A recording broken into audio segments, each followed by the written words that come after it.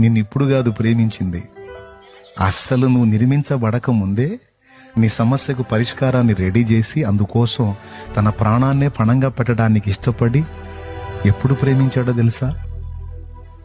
నువ్వు పుట్టినప్పుడు కాదు, అసలు తల్లి గర్భమందు నీవు రూపింపబడక మునుపే ఆయన నిన్ను ఎరుగున్నాడు, నిన్నప్పుడే ప్రేమించున్నాడు ఆయన. ఎంత ప్రేమ నువ్వు అంటే ఆయనకి, అందరు చెప్పండి, ఎంత ప్రేమ? ప్రాణము పెట్టున్నంత ప్రేమ. ఏమండి, శాసించటమే తప్ప శాసనానికి లోబడటం తెలియని నా ప్రభు పొంతి పిలాతు సభలో గొర్రె వదకు చేయబడిన గొర్రె వలె మౌనంగా తలదించుకున్నాడు. ఎవరిని ప్రేమించో తెలుసా?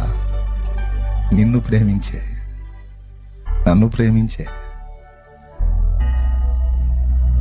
కెరూబులు, శరాపులు, దూతలు, మహాదూతల చేత నిత్యము స్తోత్రాలు స్తుతులు గైకొనే నా ప్రభు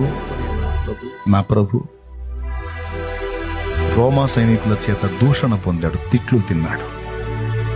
ఎప్పుడు ఘనత పొందే నా ప్రభు అని ముఖం మీద ఉమ్మితే నీకోసం నా కోసం. చూడు, నువ్వు రోడ్డు మీద వెళ్తుంటే పక్కన నీ శత్రువు ఊస్తే నీ కోపం వచ్చింది, పక్కన ఊసినా కోపం వచ్చింది.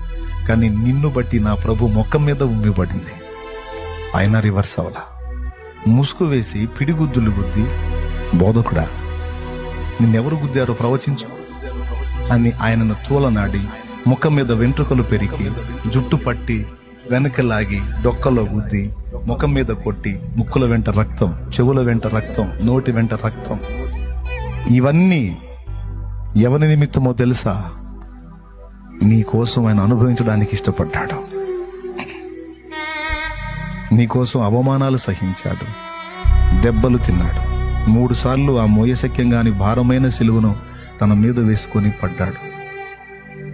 అరికాలు మొదలు నడినెత్తి వరకు, శిరం మొదలుకొని సిరిపాదం వరకు సర్వ శరీరము గాయాలమయమైపోయినాడు. ఎవరిని ప్రేమించో తెలుసా? నిన్ను ప్రేమించి, నన్ను ప్రేమించి.